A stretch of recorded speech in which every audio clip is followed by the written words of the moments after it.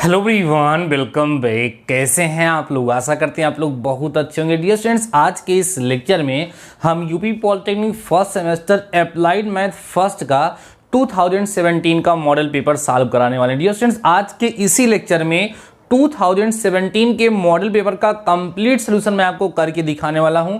साथ ही साथ हर एक क्वेश्चन को बहुत ही अच्छे से एक्सप्लेन करूंगा, जिससे उस तरह का कोई भी क्वेश्चन अगर आपके एग्जाम में आता है देन आप लोग उसको बहुत ही इजीली सॉल्व कर पाएंगे। सो डियर स्टूडेंट्स, आज का ये लेक्चर आप लोगों के लिए बहुत ही ज्यादा इंपॉर्टेंट होने वाला है। फटाफट से कॉपी और पेन निकाल लीजिए और आइए फटाफट से हमारे साथ 2017 के मॉडल पेपर को सॉल्व करिए। फर्स्ट क्वेश्चन के सारे पार्ट्स यहां मैंने लिख दिए हैं। फर्स्ट पार्ट को पहले हम लोग सॉल्व करेंगे, माने फर्स्ट क्वेश्चन को हम लोग सॉल्व करेंगे उसके सारे पार्ट, फिर हम लोग सेकंड क्वेश्चन सॉल्व करेंगे, देन थर्ड क्वेश्चन सॉल्व करेंगे, फोर्थ और फिफ्थ, सारे के सारे क्वेश्चन आज के इसी लेक्चर में हम आपको सॉल्व करके दिखाने वाले हैं और समझाने वाले हैं। डियर स्टूडेंट्स, उसके पहले मैं आप लोगों से ये कहना चाहूंगा कि आज का ये लेक्चर क्योंकि बहुत ही ज्यादा इंपॉर्टेंट है, इसलिए फटाफट से अपने दोस्तों के साथ जरूर से जरूर शेयर कर दीजिए। और हम आपसे ये रिक्वेस्ट करना चाहेंगे और हमें पूरा विश्वास है कि आप लोग ऐसा करेंगे। आज के इस लेक्चर को आप लोग हर एक जगह जरूर शेयर करिए।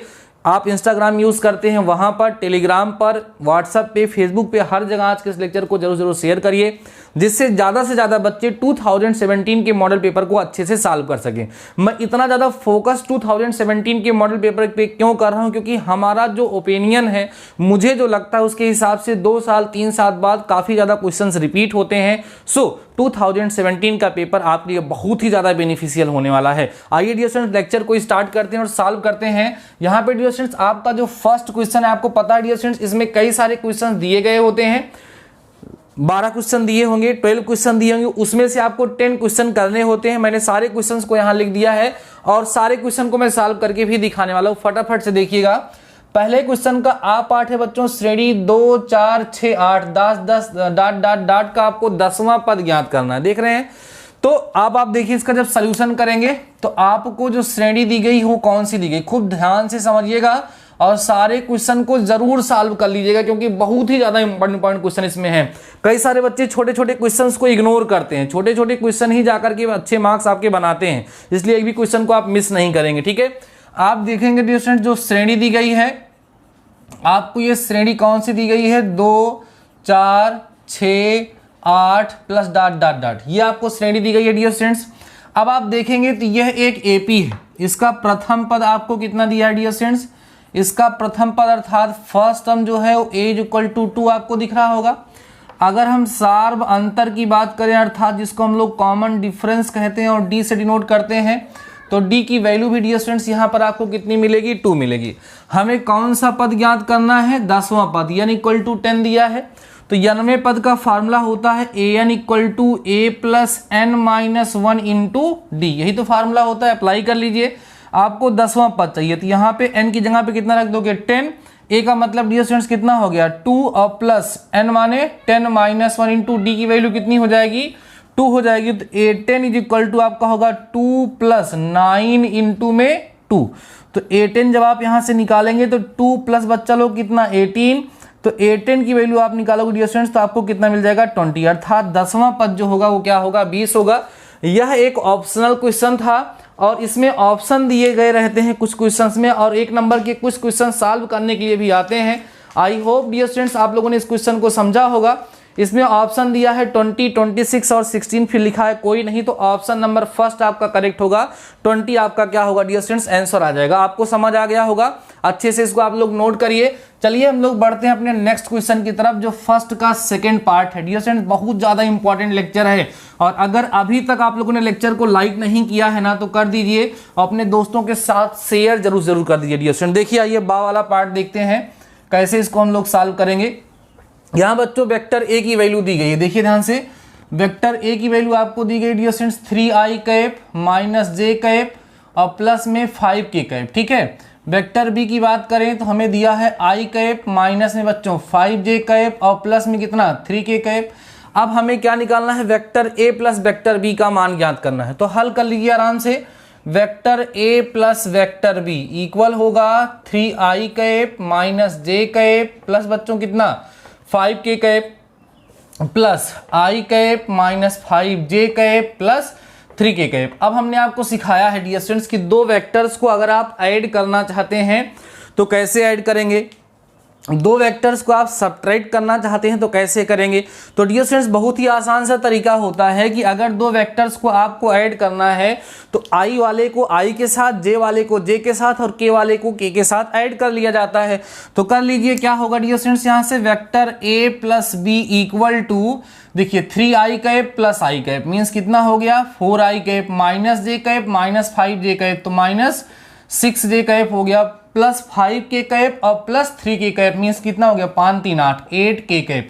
बस vector a plus vector b equal to, यही डियर स्टूडेंट्स आपका क्या हो जाएगा, आंसर हो जाएगा। और ये भी आपका ऑप्शनल क्वेश्चन ही था। पहला ऑप्शन डियर स्टूडेंट्स इसमें दिया हुआ है हमारा 4i cap plus 4j cap plus 2k cap. दूसरा ऑप्शन हमारे पास दिया था 4i cap minus 6j cap plus 8k cap, और यही हमारा क्या हो जाएगा, करेक्ट हो जाएगा। ठीक है डियर स्टूडेंट्स, चलिए अगला क्वेश्चन देखिएगा आप लोग फटाफट से। सारे क्वेश्चन बहुत ही अच्छे हैं और ये सभी के सभी क्वेश्चन आप लोगों के लिए एक्सपेक्टेड भी हैं, क्योंकि मैंने बोला ना कि 2017 का पेपर में से क्वेश्चन रिपीट होता है। जब भी डियर स्टूडेंट्स कोई भी मॉडल पेपर सेट होता है तो वहां पर इस चीज़ का ध्यान दिया जाता है कि प्रीवियस ईयर के जो क्वेश्चंस होते हैं उन्हीं के बिहाफ पे क्वेश्चन दिए जाते हैं। नहीं तो अभी देखिए 2019 का मैंने आपको पेपर सॉल्व कराया था, अब 2018 का मैंने आपको सेंड किया था, तो आप लोगों ने देखा होगा कि उसके हिसाब से कुछ काफ़ी सारे क्वेश्चंस मैच करते हैं। तो अगर प्रीवियस 5 ईयर्स के क्वेश्चंस पेपर आप लोग सॉल्व कर लेते हैं तो ये मान के चलिएगा आपका बहुत ही अच्छा मार्क्स आ जाएगा, कोई दिक्कत नहीं होगी। और मैं पूरा प्रयास कर रहा हूँ कि अब आपको मॉडल पेपर ही सॉल्व कराया जाए, क्योंकि कंप्लीट कंसेप्ट सारी चीज़ें आपको सिखाई जा चुकी हैं। ठीक है, आइए डियर स्टूडेंट्स डिस्कस करते हैं अपने नेक्स्ट पार्ट की, जो हमारा सा वाला पार्ट है। इसमें क्या कह रहा है डियर स्टूडेंट्स, यदि tan theta is equal to 1 तो हमें क्या करना है, यहाँ से थीटा की वैल्यू फाइंड करनी है। बड़ा ही सिंपल सा क्वेश्चन है डियर स्टूडेंट्स, आप यहाँ लिख दोगे सोल्यूशन। देखो सबसे खास बात यह है कि ये जो क्वेश्चन है ना डियर स्टूडेंट्स, ये ऑप्शनल है, तो डायरेक्ट आपको पता है कि tan 45 का मान 1 होता है, आप कर लोगे। लेकिन मान लो यही क्वेश्चन सॉल्व करने के लिए आ जाएगा तो आपको करना पड़ेगा। तो कैसे करोगे, आप कहोगे since tan theta is equal to 1, तो tan theta is equal to dear students ये हो जाएगा हमारा tan 45 डिग्री। अब ये tan से tan खत्म हो जाएगा तो थीटा इक्वल टू कितना आ जाएगा 45 डिग्री, और डियर स्टूडेंट्स यही आपका क्या हो जाएगा, आंसर हो जाएगा। समझ में आई बात है ना। तो इस तरीके से इसको हम लोग सॉल्व करेंगे। चलिए बढ़ते हैं हम लोग अपने नेक्स्ट क्वेश्चन की तरफ, जो हमारा दा वाला पार्ट है। इन दोनों को इरेज करता हूं, आप लोग फटाफट से सारे क्वेश्चन को डियर स्टूडेंट्स मेरे साथ करते चलिए। अगर आपको आ रहा है, कई सारे बच्चों को ये क्वेश्चन आ रहा होगा क्योंकि ये सभी के सभी क्वेश्चन बहुत ही ज्यादा आसान है, तो डियर स्टूडेंट्स अगर आ रहा है तो मुझसे जल्दी आप लोग करने का प्रयास करिए। फटाफट से मैं क्वेश्चन स्टार्ट करूं, उसके बाद पहले आप लोग सॉल्व कर लीजिए और तुरंत बताते चलिए कि हाँ सर मेरा आ गया, मेरा इतना आ रहा है। अच्छा लगेगा आप लोगों को। कहां तक हो गया सर, ये सा वाला पार्ट हम लोगों ने सॉल्व कर लिया। ठीक है, आगे अगला पार्ट हम लोग देखते हैं डियर स्टूडेंट्स। अच्छा, इस पेपर में ना जो भी क्वेश्चन आए हैं काफी ठीक ठाक क्वेश्चन है और ऐसे ही क्वेश्चन पूछे भी जाते हैं। दा वाला पार्ट देखो डियर स्टूडेंट्स, यहाँ पर आप कहोगे चूंकि fx जो है उसकी वैल्यू कितनी है, sin x है, तो हमें क्या फाइंड करना है, f 30 डिग्री। ठीक है, तो यह 30 डिग्री का मतलब होता है जहां जहां x है बच्चा लोग वहां वहां 30 रख दोगे। फंक्शन की वैल्यू पे एक क्वेश्चन हर साल आता है, एक क्वेश्चन हर साल आता है। बहुत नॉर्मल सी बात होती है कि जैसे आपको fx is equal to something दिया है x स्क्वायर प्लस 5x, कुछ भी आपको मान लो fa निकालना है, तो जहां जहां x है वहीं वहीं ले जाके a रख दो। जहां पर उसकी वैल्यू निकालनी है ले जाकर के, जिस पॉइंट पर उसकी वैल्यू निकालनी है वही को ले जाकर के आपको पुट कर देना होता है। तो यहां पर fx कितना दिया था डियर स्टूडेंट्स आपके लिए, fx is equal to sin x दिया है। अब आपसे f30 पूछ रहा था, जहां x था वहां हमने 30 रख दिया। अब आपको पता है कि f 30 डिग्री की वैल्यू कितनी होती है, माने sin 30 डिग्री की वैल्यू कितनी होती है बच्चों, 1/2 होती है। तो ये जो होगा आपका क्या हो जाएगा, आंसर हो जाएगा। समझ आ रही है बातें। चलिए अगला क्वेश्चन देखते हैं बच्चों। दा के बाद या है, या वाले में देखिए क्या पूछ रहा है, कह रहा है बच्चों यदि हमारे पास यहां दिया है y is equal to ax cube plus 3x square plus 7, तो हमें कह रहा है कि d3y अपान dx3 का मान होगा। मीन्स इस दिए गए फंक्शन को आपको 3 बार डिफ्रेंशिएट करना है। मीन्स ये उत्तरोत्तर अवकलन है ना बच्चों, सक्सेसिव डिफ्रेंशिएशन का कंसेप्ट यहां पर लग रहा है। तो आप कहोगे चूंकि y is equal to ax cube plus 3x square plus 7 है, तो हम यहां लिखेंगे x के सापेक्ष अवकलन करने पर, तो dy by D x equal to बच्चों a बाहर होगा, यहाँ आएगा d by D x of x cube plus 3 बाहर होकर के यहाँ आएगा d by D x half x square plus d by D x half 7 हो जाएगा। समझ आ रही हैं बातें? सॉल्व करते चलेंगे। यहाँ मिलेगा d y by D x is equal to a into इसका अवकलन होगा 3x स्क्वायर प्लस यहाँ पर बच्चों क्या होगा 2x, तो यहाँ पे 6x आ जाएगा और प्लस इसका अवकलन तो डियर स्टूडेंट्स क्या हो गया 0 हो गया। अब हम क्या करेंगे, इसको फिर से डिफ्रेंशिएट करेंगे। फिर से डिफ्रेंशिएट करोगे तो आपको मिलेगा d2i upon dx2 is equal to 3a बाहर हो गया। यहाँ बचा कितना d by D x half x square plus यहाँ पर बच्चों क्या होगा 6 बाहर हो जाएगा और बचेगा कितना d by D x half x. ठीक है, अब सॉल्व करो तो मिलेगा d2i upon dx2 is equal to x square का अवकलन 2x होता है तो 2 सामने आएगा, यहाँ 6ax आ जाएगा बच्चा लोग और प्लस x का अवकलन कितना हो जाएगा 1 हो जाएगा। तो यहाँ पर हम 6 लिख देंगे क्योंकि x का अवकलन 1 हो गया तो बच्चा कितना 6। अब हमें क्या करना है, एक बार फिर से इसको डिफ्रेंशिएट करना है। आपकी बार करोगे तो मिलेगा d3y अपान में कितना sir dx3 is equal to 6a हो गया बाहर और यहाँ आएगा d by D x half x और प्लस बच्चों यहाँ पे हो जाएगा d by D x half 6। ठीक है, तो d3y अपान में dx3 is equal to x का अवकलन 1 तो 6a हो गया और उसके बाद बच्चों वहां पर देखेंगे 6 का अवकलन 0 हो जाएगा। तो d3y अपान dx3 का जो मान होगा वो डियर स्टूडेंट्स कितना आ जाएगा 6a आ जाएगा। आप लोग इस चीज को क्या करेंगे यहाँ पर ध्यान रखेंगे। इसमें भी ऑप्शनल ही क्वेश्चन था, ऑप्शन नंबर फर्स्ट में ही 6a दिया है, वही आपका डियर स्टूडेंट्स क्या हो जाएगा करेक्ट हो जाएगा। ठीक है, चलिए बढ़ते हैं नेक्स्ट क्वेश्चन की तरफ। ऐसे ही जब आपके एग्जाम में सारे क्वेश्चन आ रहे हैं फटाफट से करते चले जाएंगे। हाँ, कई सारे बच्चों बोलते हैं कि सर हमें डर लग रहा है कहीं हमारा बैक ना लग जाए। अरे यार, इतना पढ़ने के बाद अगर आप इसके लिए टेंशन ले रहे हैं कि आपका बैक लग जाएगा तो बेकार है ना। आप ऐसा बिल्कुल मत सोचिए, अपने कॉन्फिडेंस को मेंटेन करिए, आपके अच्छे मार्क्स जरूर आएंगे। ठीक है, चलिए यहाँ तक हो गया। नेक्स्ट क्वेश्चन की तरफ बढ़ते हैं बच्चा लोग। ये हमारा डिटर्मिनेंट है और कुछ नहीं, इसकी वैल्यू इसने पूछा है यहाँ पर, तो देखिए निकाल लेते हैं। क्या है 2 है 3 है 7 है 5 है, यहाँ पे 5 है बच्चों, 4 है और 6 है और यहाँ पे कितना है 7 2 9 है ना, 7 है 2 है और 9 है। इसका हमें क्या करना है, मान ज्ञात करना है। तो कैसे करते हैं, आपको पता है कि पहली पंक्ति या पहले स्तंभ के सापेक्ष इसका प्रसार कर लिया जाता है। तो प्रसार कर लेते हैं पहली पंक्ति के सापेक्ष। यहाँ लिखेंगे 2 लिख करके इसको और इसको छोड़ोगे, 9 चौक 36, यहाँ 36 हो गया और माइनस 6 दूना 12 हो गया और माइनस में 5 लिखोगे, इसको और इसको छोड़ोगे तो कितना आएगा बच्चों, यहाँ पर ध्यान दे लीजिए सभी लोग। इसको और इसको छोड़ोगे तो 9 त्रिका 27, 7 दूना 14 ना, 27 में से कितना घटाना पड़ेगा 14।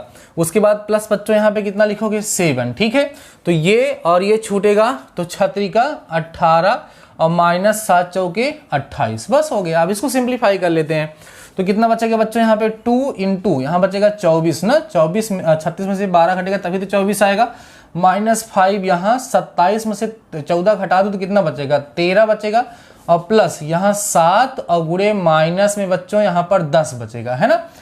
समझ आ रही बातें, सॉल्व करिए। 24 दूना 48 हो जाएगा और माइनस 15 तिया 45 हो जाएगा और माइनस से बच्चों यहाँ पर 10 सते 70 हो जाएगा। ठीक है, अब यहाँ माइनस 45 और 48 माने यहाँ 3 बचेगा और माइनस में 70 बचेगा, है ना। सॉल्व करोगे तो माइनस 67 आएगा और यही बच्चा लोग आपका क्या हो जाएगा, आंसर हो जाएगा। ये भी ऑप्शनल क्वेश्चन ही था, नहीं ऑप्शनल नहीं था डियर स्टूडेंट्स, इसको सॉल्व करना था और आंसर आपका माइनस 67 आया है। आई होप आप लोगों ने इसको समझा होगा। चलिए अब हम लोग बढ़ते हैं अपने नेक्स्ट क्वेश्चन की तरफ और उसको हम लोग सॉल्व करते हैं। 1 नंबर वाले क्वेश्चन जो भी आएंगे ना डियर स्टूडेंट्स बहुत ही इजी रहेंगे, बस आपके कंसेप्ट क्लियर होने चाहिए।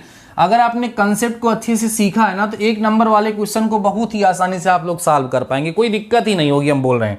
अब देखो डियर स्टूडेंट्स, यहाँ पर करा है सदिश, मान लो इस सदिश को वेक्टर ए नाम दे दें तो वेक्टर ए इक्वल टू आई कैफ हो गया प्लस बच्चों कितना हो गया 4j कैफ हो गया प्लस कितना हो गया 3k कैफ हो गया और वेक्टर बी जो है बच्चों कितना हो गया 4i कैफ हो गया और प्लस 2j कैफ हो गया माइनस 4k कैफ हो गया।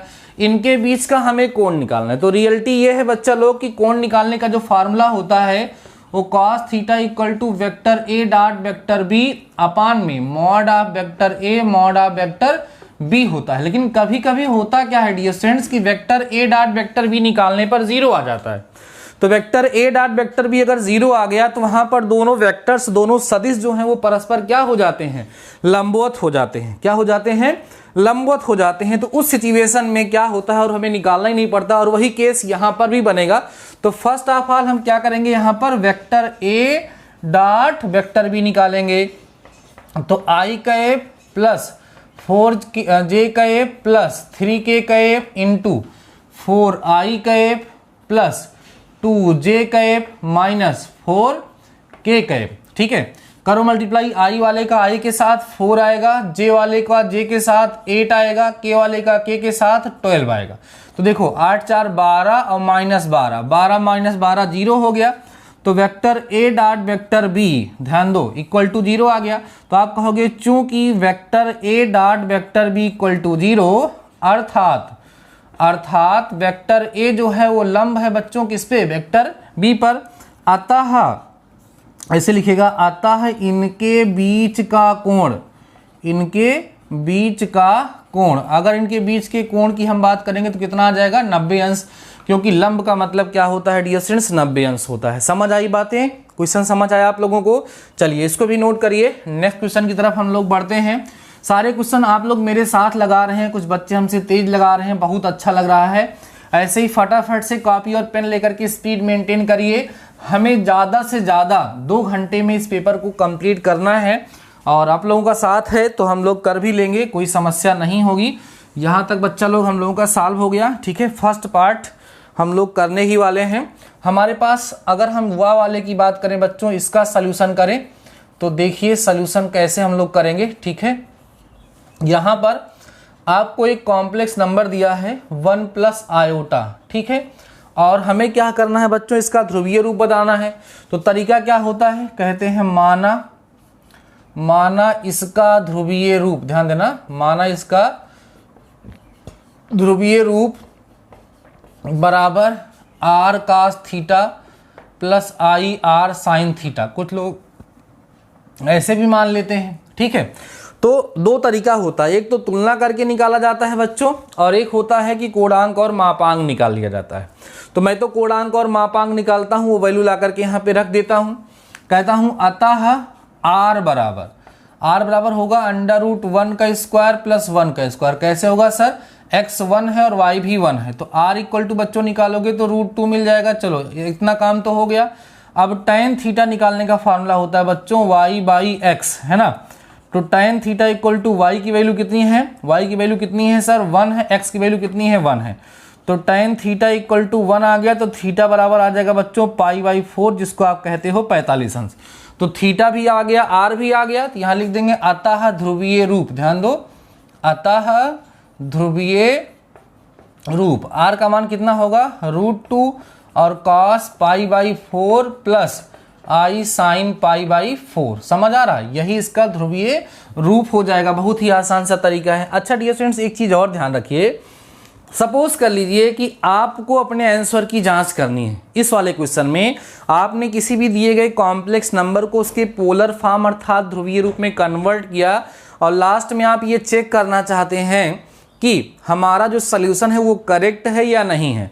तो डियर स्टूडेंट्स, आपने ये जो z equal to x plus i y के फॉर्म का कॉम्प्लेक्स नंबर है, उसको जिसको आपने ध्रुवीय रूप में चेंज किया है, अगर आप इसी को फिर सॉल्व करें और ये आपको मिल जाए तो क्लियर हो जाता है। तो आइए देखते हैं क्या वही आएगा हमारे लिए कि नहीं।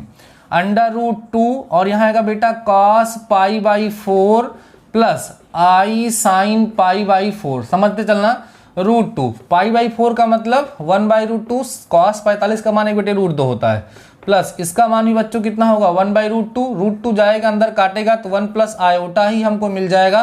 तो आप देख पा रहे हैं कि वही जो हमें गिवन था वही हमें मिल गया। इसका मतलब हमारा सोल्यूशन डियर स्टूडेंट्स क्या हो गया है, करेक्ट हो गया है। ठीक है, चलिए नेक्स्ट क्वेश्चन की तरफ बढ़ते हैं। फटाफट से सारे क्वेश्चन को सॉल्व करते चलिएगा। देखिए जो स्टार्टिंग के 10 क्वेश्चन आपको करने होते हैं डियर स्टूडेंट्स ना, उन क्वेश्चन में आप ये मान के चलिए कि 10 क्वेश्चन में आप अगर अच्छे से करेंगे तो लगभग 20 मिनट में वो सारे क्वेश्चन हो जाएंगे। आप अनसॉल्व जब सॉल्व करते हो ना, उससे एक क्राइटेरिया भी लगता रहता है कि आप किस क्वेश्चन को कितना टाइम में कर सकते हैं। ठीक है, मतलब मैं आपको समझा के कर रहा हूं, तब भी आप देखेंगे तो बहुत ज़्यादा समय नहीं लगेगा। अगर क्वेश्चन आ रहा है तो फटाफट से होता चला जाता है, और कोई भी स्टूडेंट मैक्सिमम मार्क्स तभी ऑब्टेन कर सकता है जब उसके लगाए हुए क्वेश्चन एग्जाम में आएँ। अगर आपके सॉल्व किए हुए क्वेश्चन आपके एग्जाम में आएंगे तो आइडिया रहता है कि हाँ ये सारा क्वेश्चन मैंने सॉल्व किया, फटाफट से होता चला जाता है। ठीक है, आइए इसकी बात करते हैं बच्चों, ता वाले की। इसका भी हम लोग क्या करेंगे, सॉल्यूशन करेंगे। ठीक है, सॉल्यूशन कैसे करेंगे, आप कहोगे बच्चों since sine a is equal to 1/4 दिया हुआ है, अब हमें करना क्या है डियर स्टूडेंट्स, कॉसेक 1/4 की वैल्यू, कॉसेक इनवर्स 1/4 की वैल्यू फाइंड करना है। नाउ आपको निकालना है क्या, कॉसेक इनवर्स 1/4 नहीं 4 निकालना है। तो डियर स्टूडेंट ध्यान से समझिएगा आप लोग, इसको अगर हम लोग चाहें तो इसको हम लोग साइन इनवर्स 1/4 लिख सकते हैं।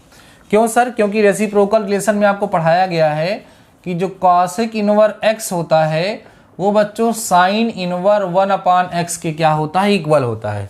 इसलिए हम लोग कॉसेक इनवर्स 4 को साइन इनवर्स 1/4 लिख सकते हैं। अब देखिए ध्यान से, ये होगा हमारा साइन इनवर्स, और 1/4 की जगह पे हम क्या लिख सकते हैं, साइन ए लिख सकते हैं। तो साइन से साइन ये खत्म होकर के आपका ए आ जाएगा, और यही आपका बच्चों क्या होगा, आंसर होगा। बहुत ही आसान सा क्वेश्चन था। ठीक है, चलिए नेक्स्ट क्वेश्चन देखिएगा। नेक्स्ट पार्ट क्या है हमारा, ता के बाद था आता है, था वाला पार्ट हम लोग सॉल्व करते हैं। अभी बिल्कुल शुद्ध हिंदी चल रही है आप लोगों में। ठीक है, कैसा लग रहा है, मज़ा आ रहा है बच्चों? सभी लोग लेक्चर को शेयर नहीं किए हो, जो लोग अभी अभी ज्वाइन किए हो, लेक्चर को ज़रूर से ज़रूर शेयर कर दो। आपके लिए काफ़ी अच्छे से लेक्चर मैं प्रोवाइड करा रहा हूं, और आपके डिमांड के अकॉर्डिंग मैं एक ही लेक्चर में पूरे पेपर को सॉल्व कराने वाला हूं, और पूरा पेपर आप लोग ज़रूर से ज़रूर सॉल्व कर लीजिएगा मेरे साथ। था वाला देखो बच्चों, क्या करना है, आप इसका सलूशन करेंगे। ठीक है, इसका सलूशन कैसे करेंगे, आपको यहाँ पे लिखा है बच्चों limit x tending to 2x² - 4 upon x - 2। अब देखो डियर स्टूडेंट्स, इसमें अगर हम इसमें लिमिट की वैल्यू डायरेक्ट पुट कर देते हैं तो समस्या हो जाएगी ना, हर में 0 आ जाएगा। तो इसका सलूशन हम लोग कैसे करेंगे, this is equal to limit x tending to 2, इसको हम x² - 2 का स्क्वायर लिख देंगे, और यहाँ x - 2 लिख देंगे। ठीक है ना, सॉल्व करेंगे तो मिलेगा हमें बच्चों लिमिट x टेंडिंग्स टू 2, इसको लिख सकते हैं एक ब्रैकेट में x + 2, दूसरे में x - 2 अपान में x - 2। अब देखो x - 2 से x - 2 क्या हो गया, कैंसिल आउट हो गया डियर स्टूडेंट्स। बचा कितना हमारे पास, बचा हमारे पास limit x tending to 2x + 2, limit की वैल्यू पुट कर दीजिए यहाँ पे 2 + 2 = 4, and this is your answer. बहुत ही आसान सा क्वेश्चन था, लिमिट का क्वेश्चन था। ठीक है, चलिए इसको भी नोट करिए, ऐसे ही करते रहिए फटाफट से। नेक्स्ट क्वेश्चन की तरफ हम लोग बढ़ते हैं डियर स्टूडेंट्स। ठीक है, इरेज करते हैं इसको, मेरे साथ आप ऐसे सॉल्व करिए। बस लगभग फर्स्ट वाला पार्ट हमारा सॉल्व होने वाला है। अभी आप लोग मुझे बताइएगा कि इसमें से कितना क्वेश्चन ऐसा था। मुझे तो पूरा भरोसा है कि हमारे जितने भी स्टूडेंट्स इस समय लेक्चर को देख रहे हैं उसमें से 99% बच्चों को सारा क्वेश्चन फर्स्ट वाला आ रहा था। बस हम लोग प्रैक्टिस कर रहे हैं ना, क्या कर रहे हैं, प्रैक्टिस करें, क्योंकि प्रैक्टिस मेक्स मैन परफेक्ट। ठीक है, चलो अगला देखो डियर स्टूडेंट्स, कह रहा है वृत्त, वृत्त का है हमारा वृत्त x² + y² = 20। ठीक है, के बिंदु 2,4 पर स्पर्श रेखा का समीकरण ज्ञात कीजिए। तो कैसे ज्ञात करोगे, पहले हम लोग इसका अवकलन करते हैं। चलो सॉल्यूशन करो, समझो कैसे किया जाएगा डियर स्टूडेंट्स। स्पर्शी का समीकरण अभी जल्द में ही मैंने आपको स्पर्श रेखा पढ़ाया है।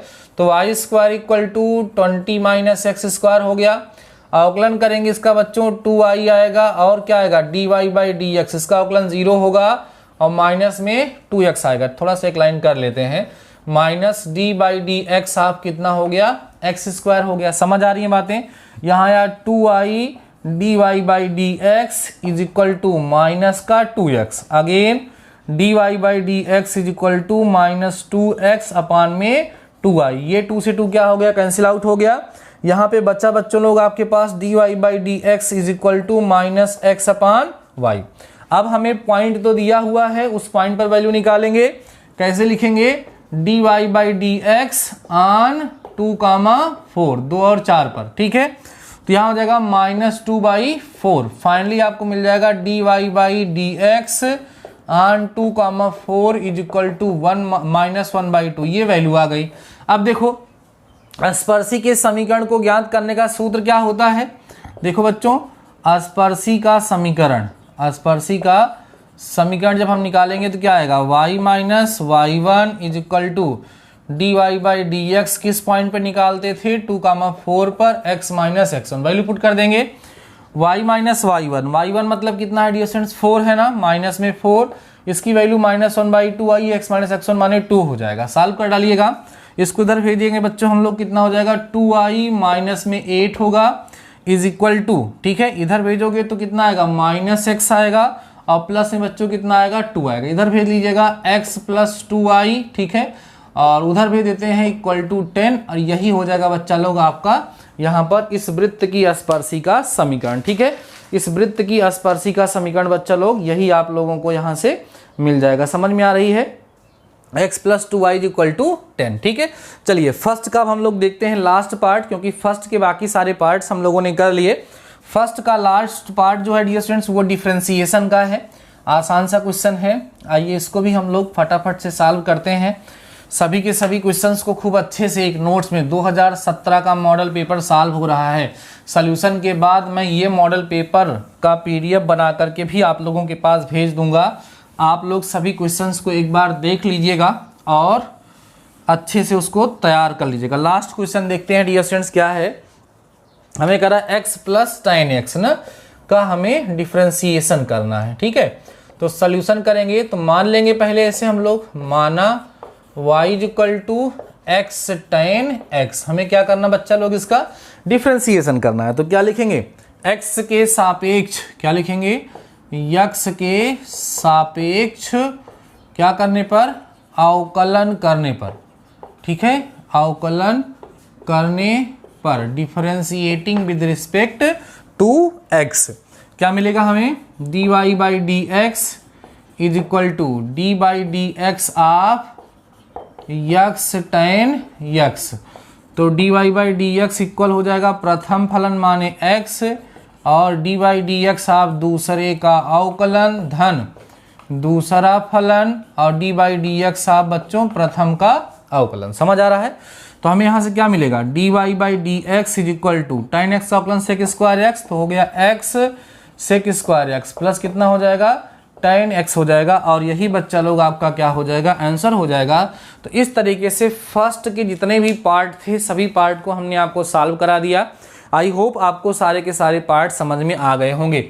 अब आइए डियर स्टूडेंट्स हम लोग चलते हैं सेकेंड क्वेश्चन की तरफ। और सेकेंड क्वेश्चन में आपको पता है कि आपको 5 क्वेश्चन सॉल्व करने होते हैं, उसकी तरफ चलते हैं और देखते हैं सेकेंड में 2017 के पेपर में कैसे कैसे क्वेश्चंस आए हैं, ठीक है।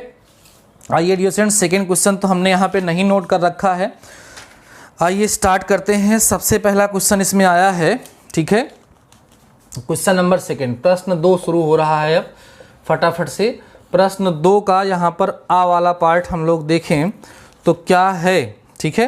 प्रश्न 2 का आ वाला पार्ट है बच्चों, कह रहा है निम्नलिखित में किन्हीं 5 भागों को हल करिए, जिसमें से पहला भाग यहाँ पर जो है श्रेणी, ध्यान देना, कह रहा है बच्चों श्रेणी, कौन है श्रेणी, 1 + 1/3 प्लस 1/9 प्लस 1/27 प्लस ...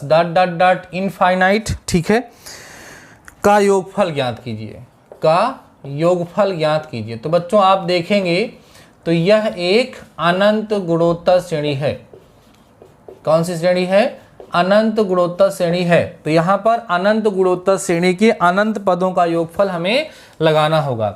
आप यहाँ लिखेंगे उपरोक्त में, ध्यान देना बच्चों, उपरोक्त में अगर हम बात करें प्रथम पद की तो आपको साफ साफ दिख रहा है कि a = 1 आएगा और r = कितना आएगा, 1/3 आएगा। समझ में आ रहा है। नाउ आपको पता होगा कि यस इनफाइनाइट को निकालने का फार्मूला होता है a/1 - r, ठीक है। वैल्यू पुट कर दीजिए, s इनफाइनाइट, a की वैल्यू कितना है बच्चों, 1 है, /1 - r कितना है, 1/3 है। तो यस इनफाइनाइट = 1/√(r) यहाँ पे करोगे तो 3 - 1 माने 2/3 आएगा। तो सॉल्व करने के बाद एस इनफाइनाइट इक्वल टू बच्चों कितना आ जाएगा, 3/2 आ जाएगा।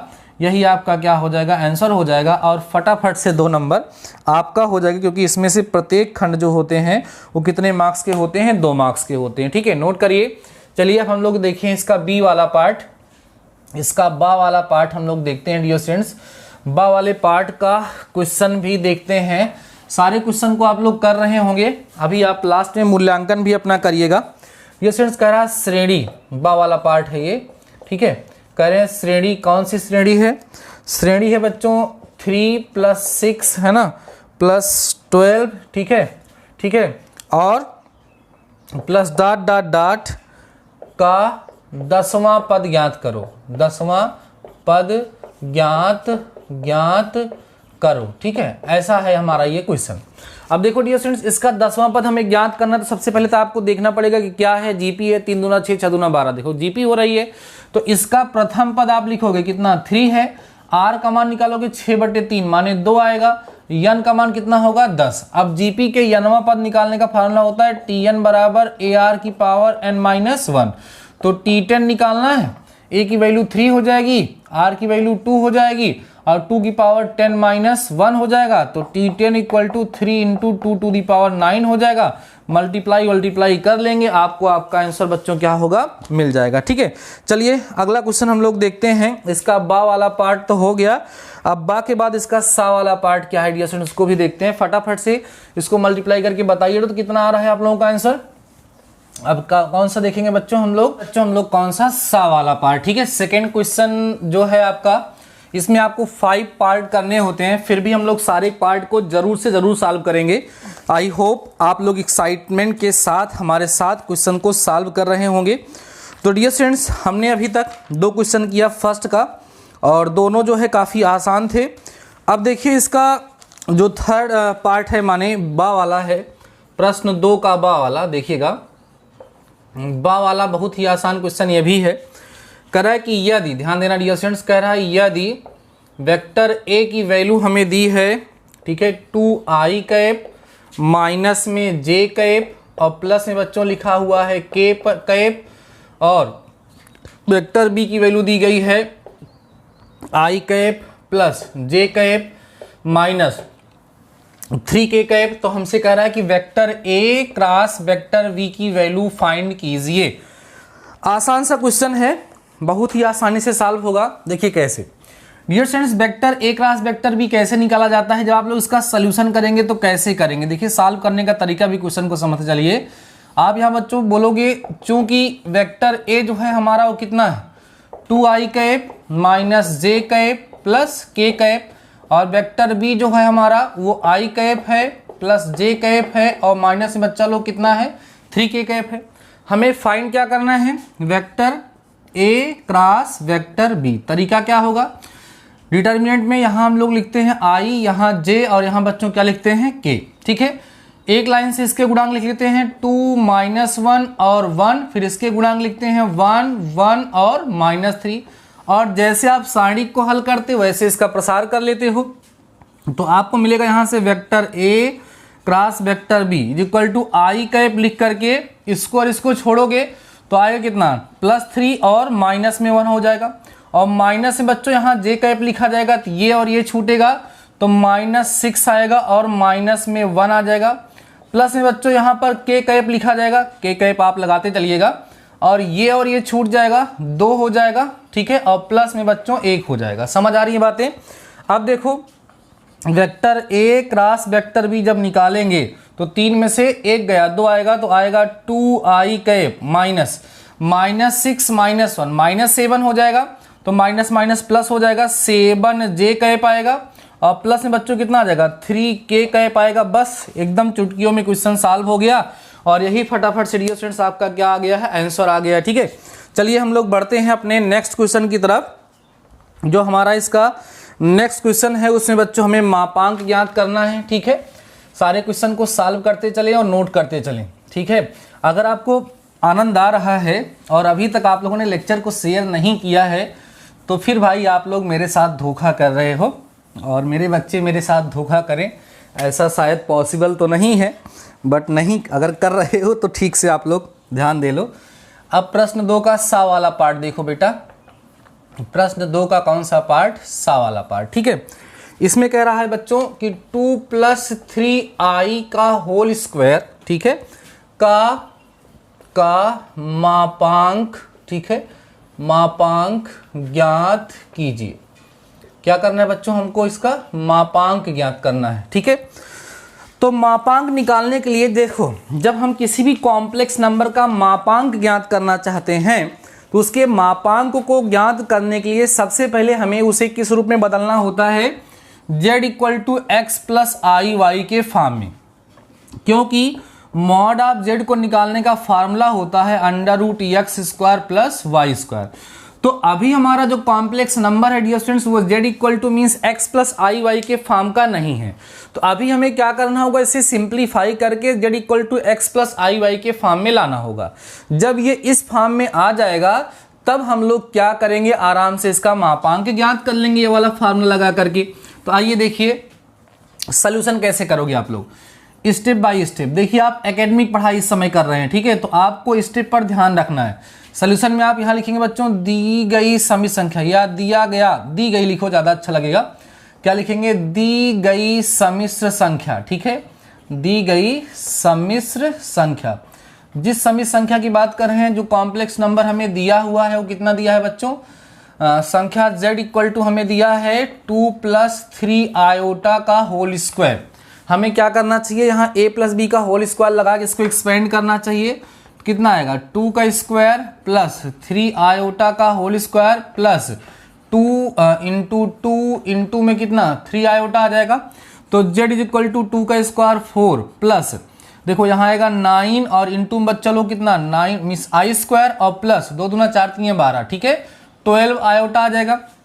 अब देखो यहाँ पे ध्यान दो, i² वैल्यू -1 होती है ना, तो z आप करोगे तो 4 और माइनस में यहाँ बच्चों कितना हो जाएगा? 9 हो जाएगा और प्लस में 12i आ जाएगा। ठीक है, तो z 9 में से 4 माइनस कर दो, -5 आ गया प्लस 12i आ गया।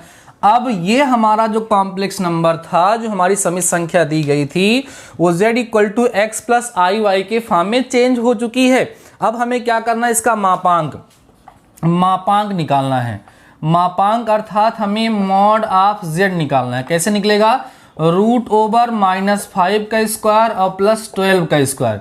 तो -5 का स्क्वायर 25 होगा, 12 का 144 होगा, दिस इक्वल टू √/169। तो सॉल्व करने पर बच्चों कितना आ जाएगा? 13। तो इस कॉम्प्लेक्स नंबर का जो मापांक आपको प्राप्त होगा वो बच्चों कितना मिल जाएगा? 13 मिल जाएगा। ठीक है ना। चलिए नेक्स्ट क्वेश्चन देखिएगा। ये क्वेश्चन भी बहुत ही आसान था और आप लोगों ने इजीली इसको सॉल्व कर लिया है। अगला क्वेश्चन जो है डियर स्टूडेंट्स, इसमें अवकल गुणांक हमें ज्ञात करना है। बहुत ही छोटा सा और बहुत ही प्यारा सा क्वेश्चन है, इसको भी हम लोग सॉल्व करते हैं। देखो डियर स्टूडेंट्स, अगर आप अभी जल्दी में ही चैनल को ज्वाइन किए हो, अपने चैनल को जिसका नाम डीडी मैथमेटिकल सॉल्यूशन है, तो डियर स्टूडेंट्स आप लोग को बता दें कि हम complete syllabus applied math first का कंप्लीट सिलेबस मैंने पढ़ाया, बहुत ढंग से पढ़ाया है और हर एक चैप्टर को जो मैंने पढ़ाया उसकी प्लेलिस्ट चैनल पे बनी हुई है। अगर किसी भी चैप्टर का कंसेप्ट आपका नहीं क्लियर है, कोई टॉपिक आपको समझ नहीं आता है, आप प्लेलिस्ट में जाइए, चेक करिए, या यूट्यूब पे भी आप सर्च कर सकते हो चैप्टर का नाम बाय डीडी मैथमेटिकल सॉल्यूशन। आपको वो चैप्टर मिल जाएगा फुल एक्सप्लेनेशन के साथ, जबरदस्त तरीके से पढ़ाए हैं और आपके पास अभी समय है, आप बहुत ही अच्छे से उसको प्रिपेयर कर पाएंगे। ठीक है ना। चलिए बढ़िए आगे की तरफ बच्चों, हमारा जो है दूसरे का द पार्ट, प्रश्न 2 का द पार्ट है। इसमें बच्चों क्या है, कह रहे हैं कि cos x अपान में sin x, ध्यान दो, cos x अपान में sin x का अवकल गुणांक ज्ञात कीजिए। का क्या ज्ञात कीजिए? अवकल गुणांक। ठीक है, का अवकल गुणांक ज्ञात कीजिए मीन्स हमें इसका डिफरेंशिएशन करना है। आसान सा क्वेश्चन, सोचो 2 नंबर में और क्या पूछा जाएगा यार, बहुत ही आसान सा आएगा, है ना। देखो आप कहोगे चूंकि ऐसे मान लो, या तो मान लीजिए, माना y इक्वल टू कितना है बेटा? cos x अपान में sin x है ना।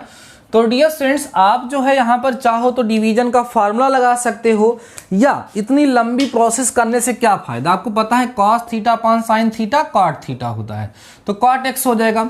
यहाँ हम लोग आराम से लिख देंगे यक्स के सापेक्ष क्या करने पर, अवकलन करने पर, यक्स के सापेक्ष अवकलन करने पर। अगर यक्स सापेक्ष अवकलन करेंगे तो क्या मिलेगा, dy बाई डी एक्स बराबर d by D x of cot x, है ना। तो dy बाई डी एक्स बराबर कॉट एक्स का अवकलन हो जाएगा माइनस में कॉसेक स्क्वायर एक्स, केवल फार्मूला होता है और आपका ये आंसर आ जाएगा।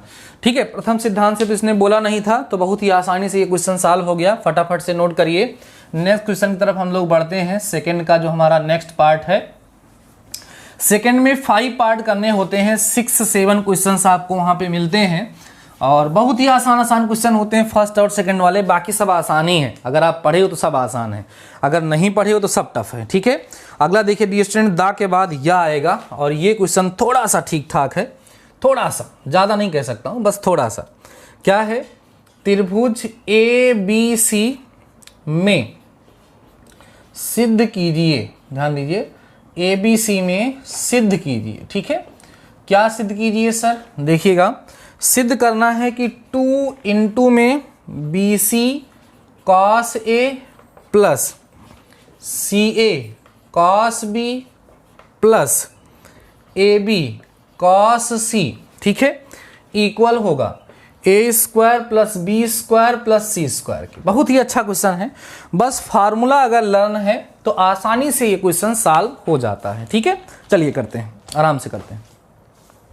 इसको प्रूफ करना है डियर स्टूडेंट। देखो, ये प्रूफ करना है त्रिभुज ABC के लिए। तो आपने जो एक त्रिभुज वाला चैप्टर पढ़ा, इसमें आप लोगों ने ज्या और कोज्या नियम पढ़ा था ना, तो इसमें हम लोग कोज्या नियम लगाएंगे और कोज्या नियम वाला फार्मूला इसमें अप्लाई करेंगे। cos A cos B और cos C वाला आराम से सॉल्व हो जाएगा। इसका लेफ्ट हैंड साइड ले लीजिए, LHS क्या है, 2BC cos A plus CA cos B plus AB cos C, formula लगाइएगा। 2 बाहर रहेगा, BC इंटू यहाँ पे लिख देंगे आप लोग B square plus C square minus A square upon में 2BC प्लस CA। यहाँ पर क्या लिख दोगे, यहाँ पर CA लिखने के बाद यहाँ लिखोगे A square plus C square minus B square upon में 2AC plus A into cos C का फार्मूला क्या होता है बच्चों, A square plus B square minus C square upon में यहाँ पर बच्चों AB, यहाँ पर BC है, यहाँ पे CA है, तो यहाँ पर AB रहना चाहिए था ना, यहाँ पर AB नहीं। देखते हैं क्या है इसमें क्वेश्चन में, क्या गिवन है, कुछ तो मिस हुआ है बच्चों। इसमें जो है यहाँ पर AB ही है, यहाँ पर AB है, तो AB लिखा भी है मैंने, क्या देख रहे हो भाई, तो यहाँ पर क्या लिख दो AB। अच्छा, यहाँ पर AB लिखें, यहाँ पर मुझसे मिस हो गया, तो यहाँ भी AB और यहाँ पर भी AB, और अपान में बच्चों यहाँ क्या होगा 2AB। सही है। अब देखो, यहाँ पर BC से BC कैंसिल हो गया और AC से AC कैंसिल हो गया और AB से AB कैंसिल हो गया, सब में 2 कॉमन दिख रहा है, 2 बाहर लेके चले आइए, तो यहाँ हो जाएगा आपका 2/2। यहाँ क्या बचेगा, B square plus C square minus A square plus A square plus C square minus B square plus A square plus B square minus C square. ठीक है, अब देखो, A स्क्वायर से A स्क्वायर कट गया और B square से B square cut गया और C स्क्वायर से C स्क्वायर कट गया। देखो तो बचा क्या, 2 से 2 कट गया, यहाँ ये दोनों बचे हैं B square plus C square, बाकी ये सब कटी के क्या बचा, A स्क्वायर बचा। तो फाइनली आपको यहाँ से मिल जाएगा A square plus B square plus C square. यही आपका बच्चों क्या है, आंसर है, मीन्स यही राइट हैंड साइड है ना, यही क्या है, RHS है, और यही आपको क्या करना था, प्रूव करना था। बहुत ही प्यार से आप लिख दीजिएगा हैंस प्रूव्ड। ठीक है, चलिए नेक्स्ट क्वेश्चन देखिएगा। फटाफट से, बहुत तेजी से मैं पेपर को सॉल्व करा रहा हूं, जिससे कम से कम समय में आपको कंप्लीट पेपर का सलूशन मैं प्रोवाइड करा सकूं और आप लोगों की प्रिपरेशन एकदम ज़बरदस्त तरीके से हो सके। समझते चलिएगा प्यारे बच्चों, बहुत ही बढ़िया से, बहुत ही अच्छे से समझते चलिएगा सारे क्वेश्चन को। चलो अगला पार्ट देखा जाए भाई। नेक्स्ट पार्ट हमारा क्या है, नेक्स्ट पार्ट क्या है, या वाला हो गया। अब बारी है किसकी भाई, रा वाले की। ठीक है, रा उसके बाद ला, 2 पार्ट और बचे हुए हैं। तो कह रहा है बच्चों, रा वाला क्या है, देखिए प्रश्न 2 का रा, प्रश्न 2 का रा है, कह रहा है कि यदि यदि y is equal to x to the power cos x, ठीक है, तो dy बाई डी एक्स का मान ज्ञात कीजिए। ठीक है, ये हमारा क्वेश्चन है, आसान सा क्वेश्चन है। ठीक है, चलिए सॉल्व कर लेते हैं। अगला पार्ट इसमें बच्चों एक मैक्सिमा और मिनिमा का दिया हुआ है। ठीक है, इसको भी हम लोग यहाँ पर अभी सॉल्व करेंगे। सारे क्वेश्चन तो हम लोगों को सॉल्व करने ही करने हैं। ठीक है, आइए समझते हैं। डियर स्टूडेंट्स, y दिया हुआ है तो अवकलन करना है। y equal to x to the power कितना लगा है, cos x। ठीक है, देखो बिना लॉग लिए इसका डिफ्रेंसिएशन नहीं होगा, क्योंकि चर की घात में क्या लगा हुआ है, चर लगा हुआ है। तो हम लोग यहाँ पे लिखेंगे दोनों, ध्यान देना, दोनों पक्षों का लॉग लेने पर, ध्यान देना, दोनों पक्षों क्या करेंगे, लॉग लेंगे। तो यहाँ आपको मिलेगा log y equal to log x to the power कितना, cos x। ठीक है, अब देखो यहाँ पर log m की पावर n वाला फार्मूला लग जाएगा डियर स्टूडेंट्स। तो आपको क्या मिलेगा, log y equal to cos x into में कितना, log x। अब हम लोग क्या करेंगे, दोनों पक्षों का x के सापेक्ष अवकलन, यहाँ लिखिएगा x के सापेक्ष अवकलन करने पर तो क्या आएगा, d by D x of log y is equal to d by D x of cos x into में लॉग एक्स। तो लॉग वाई का अवकलन कितना आएगा, 1/y, लेकिन d y by D x. अब प्रथम फलन और दूसरे का अवकलन, धन दूसरा फलन और प्रथम का अवकलन। ठीक है, गुणे का सूत्र लग गया, इसी को सिंप्लीफाई कर लेते हैं हम लोग। क्या मिलेगा बच्चों, यहाँ पर देखिए आपको मिलेगा 1/y dy by D x is equal to cos x upon में लॉग एक्स का अवकलन, अपान एक्स तो अपान में एक्स हो जाएगा, माइनस में यहाँ आ जाएगा बच्चों लोग साइन एक्स इंटू में लॉग एक्स। क्यों सर, क्योंकि कॉस एक्स का अवकलन माइनस साइन एक्स होता है। ठीक है, अब यहाँ से आपको क्या चाहिए, d y by D x. तो d y by D x जो है वो इक्वल हो जाएगा y into cos x upon में एक्स माइनस में साइन एक्स और कितना, लॉग एक्स। वाई की वैल्यू पुट कर दो, d y by D x is equal to, y की वैल्यू कितनी है बच्चों, एक्स की पावर कॉस एक्स, तो हो गया एक्स की पावर कॉस एक्स इंटू में कॉस एक्स अपान में x minus sine x into में कितना, लॉग एक्स। और यही आपका क्या हो जाएगा, आंसर हो जाएगा। समझ आई बातें आप लोगों को। बहुत ही अच्छा सा क्वेश्चन था, प्यारा सा क्वेश्चन था, इसको आप लोग नोट डाउन करिए। उसके बाद देन हम लोग डिस्कस करते हैं अपना नेक्स्ट पार्ट इसका, और वो सेकंड का लास्ट पार्ट होगा। ठीक है बच्चों, फर्स्ट और सेकंड क्वेश्चन हम लोग मतलब समाप्त करने वाले हैं। इसके बाद थर्ड, फोर्थ और फिफ्थ भी हमें कंप्लीट करना है आज के इसी लेक्चर में। मैंने आप लोगों से बोला है एकदम उत्साह बनाए रखिएगा। ठीक है, फटाफट से करते चलिएगा। देखिए लास्ट पार्ट इसका क्या है बच्चों, सेकंड का हमारा लास्ट पार्ट जो है उसमें कह रहा है बच्चों कि दो का ला, प्रश्न 2 का ला पार्ट है। करा यदि y is equal to x की पावर 5 माइनस 5x की power 4 plus 5x cube minus 10, तो x बराबर 1 पर फलन का महत्तम मान ज्ञात कीजिए। 1 पर फलन का महत्तम मान, फलन का क्या करो बच्चों, फलन का महत्तम मान ज्ञात करो। ये जो क्वेश्चन है डियर स्टूडेंट्स ना, ये क्वेश्चन आपका मैक्सिमा और मिनिमा का है। तो सबसे पहले हम लोग क्या करते हैं कि इस दिए गए फंक्शन को एक बार डिफरेंशिएट करते हैं। देखिए सॉल्यूशन करने का मतलब कैसे किया जाएगा, देखिएगा आप लोग। सॉल्यूशन हम लोग यहाँ पर करेंगे बच्चों, तो y इक्वल टू एक्स की पावर 5 माइनस 5x की power 4 plus 5x cube minus 10 दिया। एक बार अवकलन करोगे तो dy by D x direct कर देता हूँ, इसका अवकलन 5x की पावर 4 आएगा माइनस 20x की पावर 3 आएगा प्लस में 15 और इसका अवकलन बच्चों कितना हो जाएगा 15x स्क्वायर, इसका अवकलन 0 हो जाएगा। ठीक है, अब आप यहाँ देखोगे तो dy by D x is equal to, यहाँ से आप देखोगे तो 5x स्क्वायर आपको कॉमन मिल जाएगा, तो यहाँ बचेगा कितना x स्क्वायर माइनस में 4x और प्लस में 3। ठीक है, यहाँ कहा जाता है for maxima or minima, necessary condition होती है, हमने पढ़ाया है आपको कि dy by D x is equal to क्या कर देते हैं हम लोग 0, तो 5x square into x square minus 4x plus 3 equal to क्या करेंगे 0, तो एक बार ये 0 हो जाएगा तो x इक्वल टू 0 आएगा। अगेन फिर से हम लोग क्या करेंगे समझिएगा, अगेन बच्चों x square minus 4x plus 3 equal to 0 को फैक्टराइज करेंगे, तो x square minus 3x minus x plus 3 equal to 0 आएगा।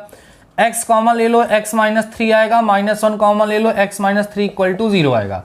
अब इसको ऐसे सॉल्व करते जाएंगे हम लोग, तो in one bracket x minus 3, दूसरे में क्या आएगा x माइनस 1 इक्वल टू 0, तो x इक्वल टू 3 आएगा और x इक्वल टू 1 आएगा। तो हमें 1 पे ही तो चेक करना है, बाकी सारी वैल्यू से हमें मतलब नहीं, 1 पे चेक करना है। चेक करने के लिए हमें क्या करना होगा, d2y अपान dx2 निकालना होगा, जिसके लिए हमें dy बाई डी एक्स आप dy बाई डी एक्स निकालना होगा, माने dy बाई डी एक्स का हमें फिर से डिफ्रेंसिएशन करना होगा। ये है, यहाँ पे करिएगा, तो डायरेक्ट लिखता हूं बच्चों d2y अपान dx2 अगर आप निकालते हैं तो चलो लिख देते हैं d बाई डी एक्स आप 5x की पावर 4 माइनस 20x क्यूब और प्लस 15x का स्क्वायर, है ना। तो क्या होगा d2y upon dx2 equal to जब करोगे तो इसका अंदर जाएगा तो 20x की पावर 3 आ जाएगा और माइनस में 60x स्क्वायर आ जाएगा प्लस में 30x आ जाएगा। समझ आ रहा है बच्चों। अब इसी की वैल्यू हम d2y अपान dx2 की वैल्यू कहाँ पे चेक करेंगे, x इक्वल टू 1 पर, 1 पे ही तो हमें चेक करना है। यहाँ पे रखेंगे तो 20 इंटू 1 का क्यूब माइनस 60 इंटू 1 का स्क्वायर प्लस 30 इंटू में 1, तो यहाँ आया 20 माइनस 60 और प्लस 30, तो 30 और 50 माइनस मतलब माइनस 10 आया, जो कि कैसा है निगेटिव है, अर्थात x बराबर 1 पर फलन क्या है उच्चिष्ट है, क्योंकि बच्चों निगेटिव माने क्या होता है उच्चिष्ट और पॉजिटिव माने निम्नलिष्ट होता है। अब आपको उच्चतम मान चाहिए ना, अब देखना, अब क्या चाहिए आपको उच्चतम मान। उच्चतम मान कैसे निकलेगा, यहीं लाके मान रख दिया जाएगा, देखा है 1 की पावर 5, 5 इंटू 1 की पावर 4 प्लस 5 इंटू 1 की पावर 3 और माइनस में 10, सॉल्व कर डालिए इसी को, हम इसको इरेज कर रहे हैं। यहाँ 1 आएगा माइनस 5 आएगा प्लस 5 आएगा माइनस 10 आएगा। ठीक है, ये दोनों कैंसिल हो गए, तो माइनस 9 जो होगा बच्चों ये इसकी क्या हो जाएगी मैक्सिमम वैल्यू हो जाएगी। आई होप आंसर इसका यही आना चाहिए, तो यही आपका आंसर हो जाएगा डियर स्टूडेंट्स। ये मैक्सिमम मिनिमम का क्वेश्चन था, आपको कंसेप्ट पता होगा तो अच्छे से समझ में आया होगा, नहीं तो थोड़ी सी प्रॉब्लम शायद आप लोगों को हो सकती है। तो इसमें क्या करते हैं, जिस फंक्शन का मैक्सिमम मिनिमा देखना होता है सबसे पहले उस फंक्शन को एक बार डिफ्रेंशिएट करते हैं। डिफ्रेंशिएट करने के बाद dy बाई डी एक्स की जो वैल्यू होती है उसको 0 के इक्वल करते हैं। उसके बाद जो वैल्यूज आती हैं उन पर पॉजिटिव और निगेटिव चेक किया जाता है। अगर वहां पर निगेटिव आ रहा है तो फंक्शन मैक्सिमा होगा, पॉजिटिव आ रहा है बच्चों तो क्या होगा मिनिमा होगा। तो यहाँ पर हमें 3 पॉइंट्स मिले थे, 0 भी मिला था, 1 भी मिला था और 3 भी मिला था, लेकिन चूंकि हमें इस क्वेश्चन में कह रहा था 1 पे चेक करिए तो हमने केवल 1 पे चेक किया और 1 पर क्या आ गया निगेटिव आ गया, तो उससे प्रूफ हो गया कि हाँ इस 1 पर दिया गया फंक्शन जो होगा वो मैक्सिमा होगा। तब उस 1 पर हमने फंक्शन की वैल्यू को फाइंड कर लिया। ठीक है, चलिए अब हम लोग स्टार्ट करते हैं थर्ड वाला प्रश्न 3 से शुरू करते हैं बच्चों। प्रश्न 3 में यहाँ पे क्या बोला जा रहा है, देखिए प्रश्न 3 हमारा जो है उसमें कह रहा है निम्नलिखित में से किन्हीं 2 भागों को हल कीजिए, जिसका आ पार्ट देखो। आ वाला पार्ट क्या है, कह रहा है बच्चों 4x अपान में 5a प्लस 5a अपान में 4x की पावर 10, ठीक है, में मध्य पद ज्ञात कीजिए। ध्यान दो, कह रहा है में मध्य पद ज्ञात कीजिए। ठीक है, इसका हमें क्या ज्ञात करना है मध्य पद। ऐसा ही क्वेश्चन 2019 वाले में भी आया है, लगभग ऐसे ही क्वेश्चन है, बस वहां पे पावर जो है वो 12 लगी थी और यहाँ बीच में माइनस लगा था। तो मध्य पद निकालने के लिए भी आता है। सर ये कहाँ का क्वेश्चन है, ये क्वेश्चन जो है आप लोगों का ये बाइनोमियल थ्योरम अर्थात द्विपद प्रमेय का है। देखिए कैसे सॉल्व करेंगे बच्चों, सॉल्यूशन यहाँ पर हम लोग लिख देंगे। सॉल्यूशन जब लिखेंगे तो हमें क्या दिया यहाँ 4x अपान में 5a प्लस 5a अपान में 4x की पावर कितना लगा है 10 लगा है। तो यहाँ लिखेंगे सबसे पहले बच्चों लोग हम लोग प्रसार में पदों की संख्या, हमने ट्रिक बताई है। प्रसार में पहले क्या निकालते हैं, पदों की संख्या, मीन्स जो प्रसार है द्विपद प्रसार, उसमें कितने पद आएंगे। तो n है 10, 10 में एक जोड़ लो तो कुल मिलाकर के बच्चों 11 पद आएंगे। और 11 जो कि कैसी संख्या है, विषम संख्या है। तो मध्य पद कौन होगा, हमने सिखाया है आपको कि तब मध्य पद जो होगा वो आएगा 11 धन 1 बटे 2वां पद। 2वां पद माने कौन सा पद, 6वां पद। 6वां पद जो होगा बच्चों वही इसके प्रसार का कौन होगा, मध्य पद होगा। ठीक है, आप लिख सकते हैं अर्थात, ध्यान दो, अर्थात हम लोग यहां लिख सकते हैं प्रसार का मध्य पद। क्या लिखेंगे, प्रसार का मध्य पद बराबर कौन सा पद, T6। और T6 के निकालने का फार्मूला क्या होगा बच्चों, 10C5, एक कम हो जाता है, और 4x अपान में 5a की पावर 10 माइनस कितना हो जाएगा, 5 हो जाएगा, इंटू में 5a अपान में 4x की पावर कितना होगा, 5 हो जाएगा। सॉल्व करोगे बच्चे कितना, 10C5 इंटू यहाँ पे आ जाएगा आपका 4x, अलग अलग कर लेते हैं, 4x की पावर 5 अपान 5a की पावर 5 इंटू 5a की पावर 5 अपान 4x की पावर 5। सब कुछ कैंसिल आउट हो गया, देख रहे हैं। यही आपका जो 10C5 होगा, यही बच्चा लोग आपका क्या हो जाएगा, आंसर। अगर आप चाहेंगे इसकी वैल्यू को फाइंड करना तो फाइंड कर लीजिएगा, नहीं तो यही आपका क्या हो जाएगा, आंसर हो जाएगा। चलिए अब हम लोग देखते हैं थर्ड का हमारा सेकेंड पार्ट जो आपके एग्जाम में पूछा गया है 2017 में, क्या है उसको हम लोग कैसे सॉल्व करेंगे। ठीक है, आइए समझते हैं डियर स्टूडेंट्स, इसका हम लोग कौन सा पार्ट, सेकेंड पार्ट है ना। एक पार्ट तो हमने कर लिया, अब देखेंगे सेकेंड पार्ट इसका, उसको भी हम लोग सॉल्व करते हैं। और हम लोग थर्ड क्वेश्चन पे इस समय चल रहे हैं, इसके बाद हमारा फोर्थ और फिफ्थ आएगा, उसको भी हम लोग कंप्लीट तरीके से सॉल्व करेंगे। डियर स्टूडेंट्स, एक ही लेक्चर में सारे क्वेश्चन सॉल्व हो रहे हैं, आप लोग बोर बिल्कुल मत होइएगा, ध्यान से समझिएगा, ठीक है ना। चलिए अगला इसका बा पार्ट क्या है, प्रश्न 3 का बा क्या है, देखिएगा। प्रश्न 3 का जो बा पार्ट है बेटा, ये भी बहुत अच्छा क्वेश्चन है। कह रहा है यदि सदिश, ध्यान देना, कह रहा है यदि सदिश, क्या है सदिश भाई, वेक्टर ए जो है इसकी वैल्यू दी गई है बच्चों 3i कैप, ठीक है, माइनस में 2j कैप और प्लस में 4k कैप, ठीक। और वेक्टर बी जो हमारे पास दिया हुआ है उसकी वैल्यू दी गई है i कैप और माइनस में 2j कैप, प्लस में बच्चों लिखा है यहाँ पे k कैप, तथा वेक्टर सी जो है उसका मान बच्चों हमारा हो जाएगा i cap plus 2j cap और प्लस में 2k कैप। तो सिद्ध कीजिए कि, ध्यान दो बच्चों, क्वेश्चन है कह रहा है सिद्ध कीजिए कि, देखो तो क्या सिद्ध करना है, सिद्ध कीजिए कि vector a cross vector b, ध्यान दो, vector a cross vector b सदिश वेक्टर सी पर, अर्थात वेक्टर सी पर लंब है, वेक्टर सी पर क्या है, लंब है, ठीक ना बच्चों। बहुत अच्छा क्वेश्चन है, आइए इसको भी हम लोग सॉल्व करते हैं।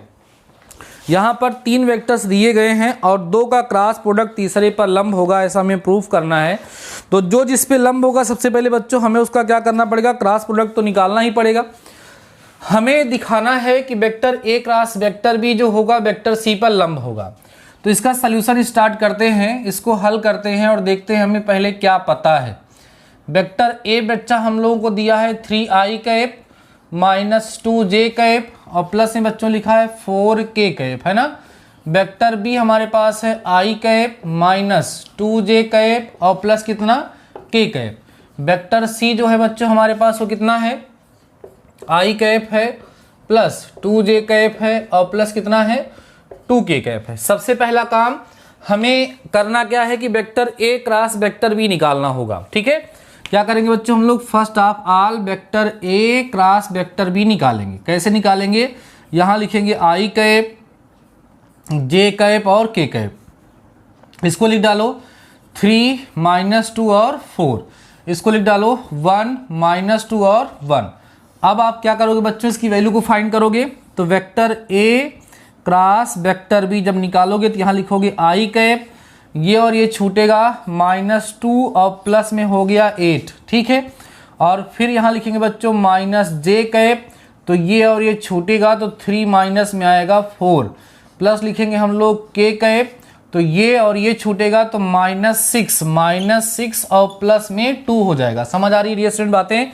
तो आप करोगे यहाँ से vector A cross vector B, तो आएगा आपका 6i कैप, और यहाँ से -1 और प्लस तो आएगा प्लस जे कैप, यहाँ पे कितना आएगा माइनस में 4k कैप। ठीक है, vector A cross vector B ये आपको यहाँ से मिल गया।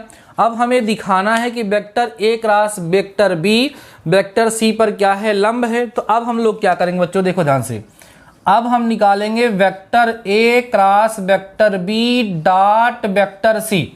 तो vector A cross vector B कितना है, 6i cap plus j cap minus 4k cap into, means dot निकालेंगे किसका, वेक्टर C का, means i cap plus 2j cap plus 2k cap. Solve करिए, इसका करोगे तो 6 आएगा, इसका करोगे तो +2 आएगा बच्चों, इसका करोगे तो कितना आएगा, माइनस में 8 आएगा।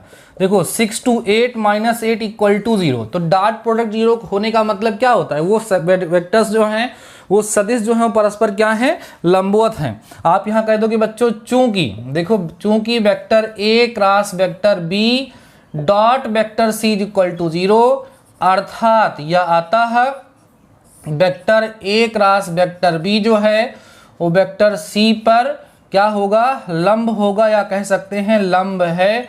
और यही आपको प्रूफ करना था और ये आपका प्रूफ हो गया। क्लियर हो गई बातें? बहुत ही अच्छा क्वेश्चन था। आइए थर्ड के हम लोग चलते हैं हम नेक्स्ट पार्ट की तरफ, इसको भी आप लोग नोट कर लीजिएगा। नेक्स्ट पार्ट जो थर्ड का है डियर स्टूडेंट्स, वो डिमायोर प्रमेय का प्रयोग करते हुए क्वेश्चन को सॉल्व करना है। आइए हम लोग उसको भी थोड़ा सा समझ लेते हैं। अच्छा, मुझे एक बार जानना है कि आपको डिमायोर प्रमेय के जो क्वेश्चंस आते हैं सॉल्व करने के लिए, उसको आप लोग सॉल्व कर पाते हैं या नहीं कर पाते हैं। अगर नहीं कर पाते हैं, क्योंकि बहुत सारे बच्चों को डिमायोर प्रमेय के क्वेश्चन को सॉल्व करने में प्रॉब्लम होती है। जैसे इसका सा वाला पार्ट जो है बच्चों, वो यही है कि x की पावर 5 + 1 = 0 को हल कीजिए। देखो डियर स्टूडेंट्स, अगर आपको ये हल करना आता होगा, ऐसे क्वेश्चन बहुत आते हैं ना, x की पावर 4 + 1 भी लिखा हो सकता है ना, x की पावर 3 + 1 भी लिखा हो सकता है। ऐसे हर बार एक क्वेश्चन आपके एग्जाम में जरूर आते हैं। तो जिन लोगों ने इसको सीखा होगा वो तो आराम से इसको सॉल्व कर लेते हैं, लेकिन जिनको ये चीज़ नहीं आती उनको बड़ी प्रॉब्लम होती है। तो मैं इसको छोड़ देता हूँ, क्योंकि मुझे लगता है कि मेरे मेजॉरिटी ऑफ स्टूडेंट्स इसको सॉल्व कर सकते हैं, उनको सीखे हैं, तो हमको टाइम नहीं खराब करना चाहिए। लेकिन मान लीजिए अगर आपको यह क्वेश्चन सॉल्व करना नहीं आता है तो बताइएगा डिमायोर प्रमेय, और साथ ही साथ इस तरह के क्वेश्चन मैं आपके साथ डिटेल में डिस्कस कर दूंगा, जिससे ये क्वेश्चन आपका करेक्ट हो जाएगा। और आता है तो आप इसको सॉल्व भी कर लीजिएगा। अगर आपको दिक्कत है डिमायोर प्रमेय का प्रयोग करते हुए इस तरह के क्वेश्चंस को सॉल्व करने में, तो आप बिल्कुल हिचकिचाहट मत करिएगा, बताइएगा, स्पेशली उसी पर एक लेक्चर मैं आपको प्रोवाइड करा दूंगा। ठीक है, अगला देखिएगा बच्चों, क्वेश्चन नंबर 4। ठीक है, क्वेश्चन नंबर क्या है बच्चा लोग, 4 है। काफी अच्छा क्वेश्चन है। कह रहा है समीकरण समुदाय का क्रैमर नियम से हल कीजिए। ठीक है बच्चों, जो क्रैमर नियम से समीकरण को हल किया जाता है, क्रैमर विधि से, वो यहाँ पर हल करने के लिए कहा जा रहा है। हमारे पास 3 समीकरण दिए हुए हैं। एक है x + y + z = 8, और दूसरा है बच्चों 4x + 2y, ठीक है, प्लस z = 11। तीसरा है हमारा 9x - 3y और प्लस z = 6। क्रैमर विधि से हम समीकरण को कैसे हल करते हैं? सबसे पहले हमारे पास जो दिए गए समीकरण हैं उनके गुणांकों से एक सारणिक बनाते हैं। दिए गए समीकरण, ध्यान देना बच्चों, लिखते हैं दिए गए समीकरण, ठीक है, के गुणांकों से क्या बनाते हैं, गुणांक सारणिक। आराम समझिएगा बच्चों, गुणांक सारणिक, ठीक है, बनाते हैं, जिसको हम लोग d से दिखाते हैं। किससे दिखाते हैं? d से। और इसमें इसको लिखते हैं 1 4 9। देखना 1 4 और बच्चों 9, 1 2 -3, 1 2 और कितना -3, 1 1 1। गुणांकों को लिख देते हैं 1 1 1। ठीक है, अब हम लोग क्या करते हैं बच्चों, यहां से इसको सॉल्व करके d की वैल्यू को फाइंड करते हैं। कैसे?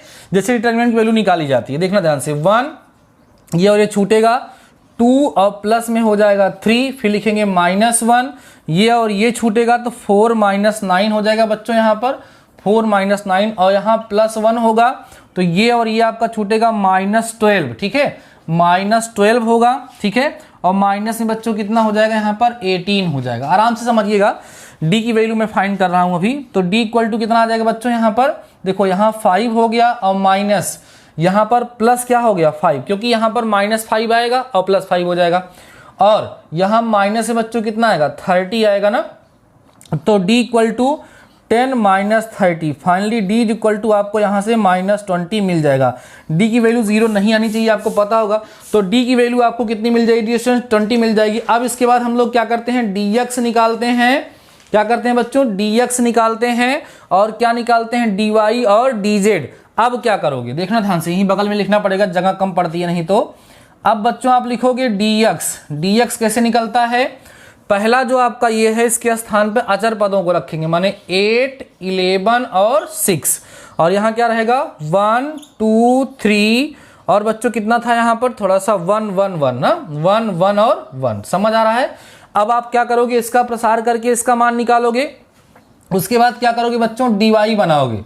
dy में क्या किया जाता है, 1, 4, 9 रहेगा, दूसरा स्तंभ जो है, दूसरा स्तंभ इसकी जगह पे अचर को रखा जाएगा 8, 11 और 6, और यहाँ आ जाएगा 1, 1 और 1। उसके बाद क्या बनाओगे बच्चों आप लोग, यहाँ से dy का मान सॉल्व करके निकाल लोगे, फिर क्या करोगे dz बनाओगे। dz कैसे बनेगा, एकदम यही सारणी लिखेंगे, 1, 4 और कितना 9, 1, 4, 9, फिर 1, 2 और -3, उसके बाद जहाँ 1, 1, 1 है वहाँ 8, 11 और कितना आ जाएगा 6 हो जाएगा।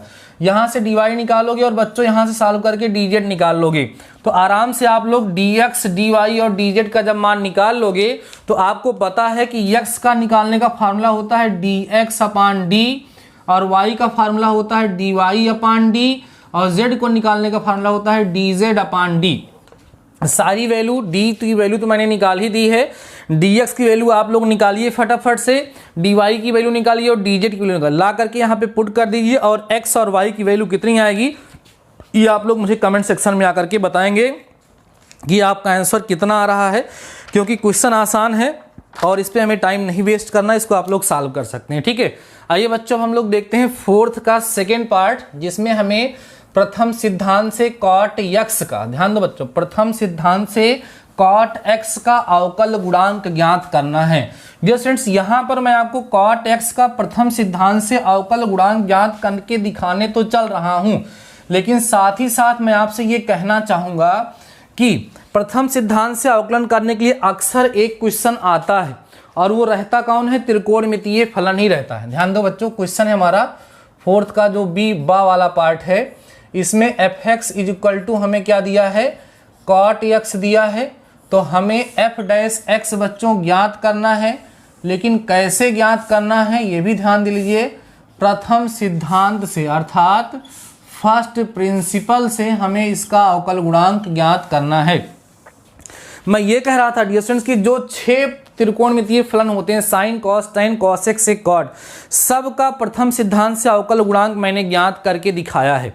अगर आपको नहीं पता है तो 6 के 6 को अगर आप सीखना चाहते हैं तो आपको चैनल पर मिल जाएगा, चाहे तो आप लोग प्रथम सिद्धांत से अवकलन, ठीक है, प्रथम सिद्धांत से अवकलन ज्ञात करना बाय डीडी मैथमेटिकल सॉल्यूशन आप सर्च कर लेंगे तो आपको वो लेक्चर मिल जाएगा। बहुत ही मस्त तरीके से साइन, कॉस, टेन, कॉसेक, सेक, कॉट सब का मैंने कराया है। मैं प्रयास करूंगा इसी लेक्चर के डिस्क्रिप्शन में लिंक भी दे दूं, आप लोग उसको देख लेंगे तो आपको सब का प्रथम सिद्धांत से अवकलन करना आ जाएगा। बाकी मैं कॉट एक्स का यहाँ पर करवाने चल रहा हूँ। ये स्टूडेंट देखिए, आपको यहाँ पर एफ एक्स ये दिया है, तो सबसे पहले हम लोग यहाँ पर एफ एक्स प्लस एच निकालते हैं, जो कि हमारा cot x प्लस एच बच्चों हो जाएगा। सही है, तो अब आपको पता है कि f डैश x को निकालने का फार्मूला होता है बच्चों limit h tendings to 0 f x plus h minus में एफ एक्स अपान में h हो जाएगा। सही है, this is equal to limit h tendings to 0, f x plus h का मान कितना होगा बच्चों, cot x प्लस एच होगा और माइनस में cot x होगा और अपान में कितना हो जाएगा, h हो जाएगा। आराम से समझते चलिएगा। दिस इज इक्वल टू यहाँ होगा लिमिट h टेंडिंग्स टू 0, इसको आप लिखिएगा cos x प्लस एच अपान में sin x plus H, change कर रहे हैं, माइनस में यहाँ लिखिएगा कॉस एक्स, अपान में बच्चा लोग कितना लिखोगे साइन एक्स, और पूरे के अपान में कितना लिखोगे आप लोग ऐसे लिख दोगे। ठीक है डियर स्टूडेंट्स, अब इसको थोड़ा सा एलसीएम लेकर के सॉल्व करेंगे हम लोग, तो हो जाएगा हमारा लिमिट एच टेंडिंग्स टू 0, एलसीएम लीजिएगा। यहाँ आपका आएगा डियर स्टूडेंट्स कितना, देखो साइन एक्स आएगा, इनटू में देखो ध्यान से साइन एक्स आएगा into cos x plus H आएगा, माइनस कॉस एक्स आएगा इंटू में बच्चों साइन एक्स प्लस कितना आएगा एच आएगा, अपान में ये जो एलसीएम आएगा वो नीचे चला आएगा, तो आपके पास बचेगा साइन एक्स। एक काम करते हैं पहले एच को लिख लेते हैं, एच इंटू में आपका आएगा साइन एक्स इंटू में साइन एक्स प्लस एच। यहां तक आई होप आपको कोई डाउट नहीं होगा, केवल हमने एलसीएम लेकर के सॉल्व किया है। अब डियर स्टूडेंट्स थोड़ा सा ध्यान दीजिएगा आप लोग यहाँ पर, तो आपको एक सर्वसमीका बनती हुई नजर आ रही होगी, sign A cos B minus cos A sine B, sign A minus B की सर्वसमीका लिखी हुई है। तो सॉल्व कर सकते हैं हम लोग इसको साइन ए माइनस बी की सर्वसंख्या से, तो हो जाएगा बच्चों यहाँ पर लिमिट एच टेंडिंग 0, ये साइन ए माइनस बी है तो x माइनस एच हो जाएगा, अपान में h होगा, और बच्चों कितना होगा साइन x इंटू में कितना होगा साइन x प्लस एच होगा, x से x कटा, साइन माइनस एच होगा तो sine minus theta minus sine theta को, तो माइनस को मैं बाहर कर लूंगा, minus limit h tendings to 0, यहां बच्चा साइन h अपान में h into limit h tendings to 0 1 upon sine x into में साइन x प्लस h, दोनों की हमने क्या कर लिया अलग अलग लिमिट ले लिया। अब डियर स्टूडेंट्स आपको पता है इसकी वैल्यू कितनी होती है 1, क्योंकि limit theta tendings to 0 sine theta upon theta की वैल्यू 1 होती है, तो ये 1 हो जाएगा। इसको जब करोगे तो यहाँ आएगा माइनस, यहाँ वैल्यू पुट कर दो, 1 अपान में हो गया बच्चा लोग कितना साइन x इंटू में साइन x प्लस 0 करोगे तो साइन x ही आएगा, finally minus 1 upon sine square x होगा, सॉल्व करने पर माइनस कॉसिक स्क्वायर x आ जाएगा। तो बच्चा लोग f डैश x बराबर आ गया माइनस में कॉसिक स्क्वायर x, मीन्स आपने ये प्रूफ किया, आपने ये सॉल्व किया कि d by D x of cot x जो होता है वो माइनस कॉसिक स्क्वायर x के इक्वल होता है। एकदम सेम प्रोसेस से tan x का भी प्रथम सिद्धांत से डिफरेंशिएशन अर्थात अवकलन किया जाता है। बहुत ही अच्छे तरीके से मैंने समझाने का प्रयास किया है, आपको समझ आ गया होगा। इसको आप लोग नोट कर लीजिएगा, अगर कोई डाउट है तो मैंने आपसे बोला है कि वहां पर जा करके आप लोग क्या कर सकते हैं, विजिट कर सकते हैं, और जो भी प्रतिलोम त्रिकोणमितीय फंक्शंस हैं, जो भी इनवर्स ट्रिग्नोमेट्रिक फंक्शंस हैं, उनको आप लोग आसानी से क्या कर सकते हो बच्चों, सीख सकते हो कि उनका प्रथम सिद्धांत अर्थात फर्स्ट प्रिंसिपल से किस तरीके से डिफरेंशिएशन अर्थात अवकलन किया जाता है। ठीक है ना, चलिए आगे की तरफ बढ़ते हैं। ये तो हमारा हो गया फोर्थ का सेकेंड वाला पार्ट। अब डियर स्टूडेंट्स फोर्थ के थर्ड वाले पार्ट पे चलते हैं। इसमें भी आपको पता है कि 2 ही क्वेश्चन करने होते हैं, लेकिन क्वेश्चन तो सारे हमको यहाँ पे सॉल्व करना है। प्रश्न 4 का सा पार्ट देखिए, प्रश्न 4 का सा वाला पार्ट काफी अच्छा क्वेश्चन है।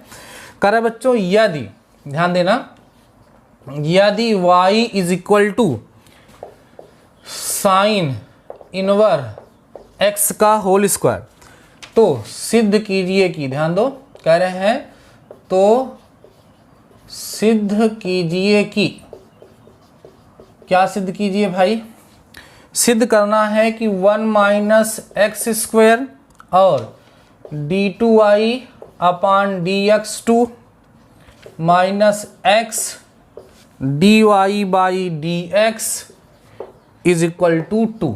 ठीक है, देखो बच्चों इस तरह के क्वेश्चंस को सॉल्व करने का बहुत सारे तरीका होता है, लेकिन आप लोग कैसे करते हैं ये इस बात पर डिपेंड करता है। तो यहाँ पर जो आपको प्रूफ करना है, आप देख पा रहे होंगे कि 2 बार इसको डिफ्रेंशिएट किया गया है। तो एक तरीका तो ये है कि इसको 2 बार डिफ्रेंशिएट कर लिया जाए और d2y अपान dx2 और dy बाई ds का मान रखा जाए, या डायरेक्ट इसकी सेटिंग की जाए। तो देखते हैं कैसे हो पाता है। सॉल्यूशन करते हैं बच्चों। सॉल्यूशन में आप यहाँ पर देखेंगे, सॉल्यूशन बच्चों यहाँ पर आपको y इज इक्वल टू दिया है साइन इनवर x का होल स्क्वायर। तो इसको आप लोग क्या करेंगे, एक बार डिफ्रेंशिएट करेंगे तो आपको मिलेगा dy by dx is equal to, ठीक है, d by D x of sine inverse x का होल स्क्वायर। ठीक है, तो आपको मिलेगा यहाँ से dy by D x equal to 2 sine, निहित फलनों की तरह अवकलन होगा, 2 साइन इनवर x होगा, लेकिन d बाई डी एक्स आप साइन इनवर x का फिर से अवकलन आपको करना पड़ेगा। सर ये कौन सा कंसेप्ट लग रहा है?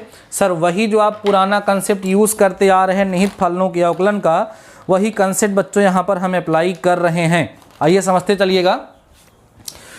इसको हमने x माना है तो x स्क्वायर हो गया, x स्क्वायर का अवकलन 2x और इसका फिर से हम अवकलन कर रहे हैं। तो आपको यहाँ से मिलेगा dy by D x equal to 2 sine inverse x और इसका अवकलन होता है 1/1 माइनस एक्स स्क्वायर रूट में। तो ये तो बच्चों आप लोगों को किसकी वैल्यू मिल गई? dy बाई डी एक्स की वैल्यू मिल गई। अब हम क्या करेंगे? d2i अपान dx2 निकालेंगे। ठीक है, अब फिर से अवकलन करो तो क्या आएगा? d2i अपान dx2, समझते चलना। तो 2 को बाहर कर दो, यहाँ लिखो d by D x of sine inverse x upon under root 1 minus x square. भाग का सूत्र लगा के अवकलन करेंगे तो मिलेगा d2i अपान dx2 बराबर 2 बाहर कर लो, हर हर माने 1 minus x square, d by D x of अंश माने साइन इनवर x, माइनस में होगा बच्चों साइन इनवर x और d by D x of under root 1 minus x square, upon में आपको मिल जाएगा under root 1 minus x square का बच्चों कितना हो जाएगा? Whole square. इतनी बातें सबको समझ आई होंगी। चलिए करते चलिएगा। आपको यहाँ से मिलेगा d2i upon dx2 equal to, solve करते चलेंगे फटाफट से डियर स्टूडेंट्स। देखिए क्या आएगा, यहाँ पर साइन इनवर एक्स का अवकलन 1 upon under root 1 minus square ही होता है, तो यहाँ पर 2 आएगा और यहाँ हो जाएगा under root 1 minus x square, upon में अंडर रूट 1 माइनस स्क्वायर हो जाएगा। और यहाँ बच्चों ये तो रहेगा ही, क्या रहेगा? माइनस में साइन इनवर एक्स तो रहेगा, इसका अवकलन कितना हो जाएगा? अपान में 2 under root 1 minus x square, लेकिन 1 माइनस स्क्वायर का फिर से अवकलन करोगे तो इसका अवकलन माइनस 2x आएगा। थोड़ा डायरेक्ट कर रहे हैं अवकलन। अपान में बच्चों यहाँ पर कितना आ जाएगा? 1 माइनस एक्स स्क्वायर हो जाएगा। अब आप देखो d2i अपान dx2 के साथ यहाँ इसको क्रॉस मल्टीप्लाई करा लेते हैं, इधर भेज लोगे तो आ जाएगा 1 माइनस एक्स स्क्वायर, d2i अपान में कितना? dx2 is equal to 2। ये बच्चा लोग क्या हो गया? कैंसिल हो गया। तो कितना बचा? 1 माइनस देखो माइनस क्या बच्चों? ये प्लस हो जाएगा, माइनस माइनस प्लस हो जाएगा तो आएगा 2x, ध्यान देना, 2x sine inverse x upon 2 under root 1 minus x square. ये और ये हो गया कैंसिल। अच्छा एक चीज़ हो सकता है आपको ना समझ में आई, यहाँ पे डिफ्रेंसिएशन कैसे किया गया मैं थोड़ा समझा देता हूँ बच्चों। देखो ये जो साइन इनवर x है ये तो रहेगा ही, इसको रूट x मानोगे तो रूट x का 1/2 रूट x होता है, तो 1/2 रूट ये x हो गया और उसके बाद d by D x of 1 minus x square का हमने फिर से अवकलन कर दिया, तो 1 माइनस एक्स स्क्वायर का अवकलन माइनस 2x होगा, वही हमने वहाँ पर डायरेक्ट लिख दिया है। तो जब ऐसे लॉन्ग क्वेश्चन आप लोग सॉल्व कर रहे होंगे तो वहाँ पर ये डायरेक्ट डिफरेंशिएशन आप लोग कर सकते हैं, कोई दिक्कत नहीं है। ठीक है डियर स्टूडेंट्स, समझ आ रही है बातें? आराम से हम लोग क्या कर रहे हैं? सॉल्व कर रहे हैं, और सॉल्व करते समय अब देखिए हमारा आंसर आने वाला है, आपको मिलेगा 1 माइनस एक्स स्क्वायर d2y अपान में dx2 इज इक्वल टू, 2 अंदर भेजो 2 और 2 प्लस यक्स ऐसे रहने दो बच्चों, और 2 यहाँ लिखो ऐसे 2 sine inverse x upon under root 1 minus square. इसको थोड़ा ध्यान से देखो, इसको क्वेश्चन में फर्स्ट मान लेना, ये किसकी वैल्यू है बच्चों? dy बाई डी एक्स की। तो आपको मिलेगा यहाँ से 1 minus x square d2y upon dx2 is equal to 2 plus x और dy बाई dx। अब इस x dy बाई dx को इधर ट्रांसफर कर लीजिए तो आपको मिलेगा 1 minus x square d2y upon dx2 minus x dy by dx is equal to 2। और यही बच्चा लोग आपको प्रूव करना था। बहुत ही ज़बरदस्त क्वेश्चन है, बहुत ही अच्छा क्वेश्चन। स्टार्टिंग में बच्चे इसको देख करके कभी कभी घबरा जाते हैं और इसको छोड़ देते हैं, लेकिन आप लोगों ने देखा एकदम इजीली ये सॉल्व होता चला गया। बहुत ही अच्छा क्वेश्चन है, इसको आप लोग नोट करिएगा और ध्यान रखिएगा कि आपके एग्जाम में बच्चों ये क्वेश्चन पूछा जा सकता है। चलिए अब हम लोग बढ़ते हैं लास्ट क्वेश्चन की तरफ। अब लास्ट क्वेश्चन हमारा क्वेश्चन नंबर 5 है, और आपको पता है बच्चों कि इस क्वेश्चन नंबर 5 में भी हमें कितने क्वेश्चंस दिए गए होते हैं? 3 क्वेश्चंस दिए गए होते हैं, जिसमें से हमें 2 क्वेश्चन सॉल्व करने होते हैं, लेकिन 3 के 3 क्वेश्चन जो हैं उसको हम लोग क्या करेंगे? सॉल्व करेंगे फटाफट से। चलिएगा समझिएगा, क्वेश्चन को नोट करिएगा। लास्ट पार्ट को हम लोग सॉल्व करने चल रहे हैं और लगभग पेपर को हमने सॉल्व कर लिया और सेवा समाप्त होने वाली है। काफ़ी अच्छा फील हो रहा होगा आप लोगों को। क्वेश्चन नंबर 5 का आ पार्ट क्या है बच्चों, देखिएगा। त्रिभुज ABC में सिद्ध कीजिए कि, त्रिभुज ABC में सिद्ध कीजिए कि, आपको समझ आ रहा होगा किस चैप्टर है, किस चैप्टर का है। सिद्ध कीजिए कि, देखो तो क्या सिद्ध करना है, आसान सा क्वेश्चन ही होगा। लिखा है बच्चों A sine B minus sine C, ठीक है, और plus B sine C minus में sine A plus C sine A minus में sine B equal to 0 proof करना है। बच्चों त्रिभुज ABC के लिए प्रूफ करना है तो सबसे पहली चीज़ आप लोग ध्यान रखिए, इसमें आप कहेंगे चूंकि ABC जो है किसी त्रिभुज के अंतःकोण है, किसी त्रिभुज के क्या है, किसी त्रिभुज के अंतःकोण है, समझना बच्चों, किसी त्रिभुज के अंतःकोण है। अगर किसी त्रिभुज के अंतःकोण है तो इसलिए आप यहाँ याद रखिएगा कि A plus B plus C equal to कितना होगा, 180 डिग्री होगा। ये आपको पता होना चाहिए। अब आइए जो प्रूफ करना है इसका लेफ्ट हैंड साइड हम ले लेते हैं, LHS क्या है बच्चों, A साइन, ध्यान रखना, A sine B minus C, और क्या लिखा है बच्चों यहाँ पर, प्लस B साइन, कितना लिखा है यहाँ पे, लिखा है A sine B minus sine C लिखा हुआ है, इनटू में प्लस में लिखा बच्चों B साइन C माइनस में कितना लिख सकते हैं, साइन A लिख सकते हैं, प्लस C लिख करके यहाँ लिख सकते हैं साइन A, और माइनस में बच्चों क्या लिखना लगता है, साइन B लिख सकते हैं। अब हम लोग यहाँ साइन रूल लगाएंगे और जहाँ A है यहाँ बच्चों लिखेंगे K साइन A, क्या लिखेंगे, K साइन A, और यहाँ आ जाएगा साइन B, और माइनस में होगा कितना, साइन C। इतनी बात समझ में आई सभी लोगों को, इतना समझ में आया होगा। प्लस यहाँ बच्चों क्या लिख देंगे हम लोग, K साइन B लिख देंगे, और यहाँ लिखेंगे हम लोग साइन C, और माइनस में कितना लिखेंगे, साइन A, और प्लस जहाँ C है वहाँ लिख देंगे K साइन C, और यहाँ हो जाएगा बच्चों कितना, साइन A, और माइनस में कितना, साइन B। ठीक है, ये आप लोगों को यहाँ से मिल जाएगा। अब हम एक काम करते हैं, पूरे में बच्चों क्या करते हैं, K को कॉमन ले लेते हैं। पूरे में हम लोग क्या करते हैं, K को कॉमन ले लेते हैं और मल्टीप्लाई कर देंगे तो आराम से आपका सारा का सारा कट जाएगा और फटाफट से आपका आंसर आ जाएगा। बिल्कुल टेंशन नहीं लेना है। अगर आप चाहें तो इसको जो है इसको भी चेंज कर सकते थे, वही मैं देख रहा था। K कॉमन लेके अंदर मल्टीप्लाई कराइए बच्चों, आएगा साइन A और कितना, साइन B, माइनस में आएगा साइन A इंटू में कितना, साइन C, प्लस यहाँ आएगा साइन B और इंटू में बच्चों कितना, साइन C, माइनस में साइन A इंटू में कितना, साइन B, और प्लस यहाँ पे आएगा बच्चों कितना, यहाँ पे आएगा आपका साइन A इंटू में साइन C, और माइनस में साइन B इंटू में साइन C। आप आँख खोल के देखो सब कट रहा है, अब हमको देखने की जरूरत नहीं है, सब कट जाएगा। K इंटू 0 आएगा और फाइनली आएगा 0, जो कि इक्वल है बच्चों के इसके राइट हैंड साइड के। Hence proved. आप देख पा रहे हो कितना ईजी क्वेश्चन था, देख के डरने की ज़रूरत नहीं है। नोट करिए इसको, और हम लोग फिर सॉल्व करते हैं क्वेश्चन नंबर जो 5 है आपका, उसका सेकेंड वाला पार्ट। ठीक है, बहुत ही अच्छे अच्छे क्वेश्चन डिस्कस हो रहे हैं। अच्छे इसलिए हैं क्योंकि आपके एग्ज़ाम में पूछे जा चुके हैं, तो जो क्वेश्चन पूछा जा चुका है वो ऑलरेडी अच्छा हो ही जाता है। चलिए भाई, बस 2 क्वेश्चन और प्यारे बच्चों, उसके बाद फिर इसका काम समाप्त। देखिएगा क्या है, पांचवें का बा पार्ट है। लिखा है बच्चों sec x plus tan x upon sec x minus tan x, ठीक है, का अवकल गुणांक। इसको तो हम नहीं कराएंगे भाई, इसको तो आप लोग कर लेंगे। ठीक है, का अवकल गुणांक ज्ञात की थोड़ी सी प्रोसेस लेंदी होगी, बाकी आप लोग इसको कर लेंगे, कोई समस्या नहीं है। सबसे पहले आप लोग क्या करोगे, इसको मानोगे, माना y बराबर कितना, सेक एक्स प्लस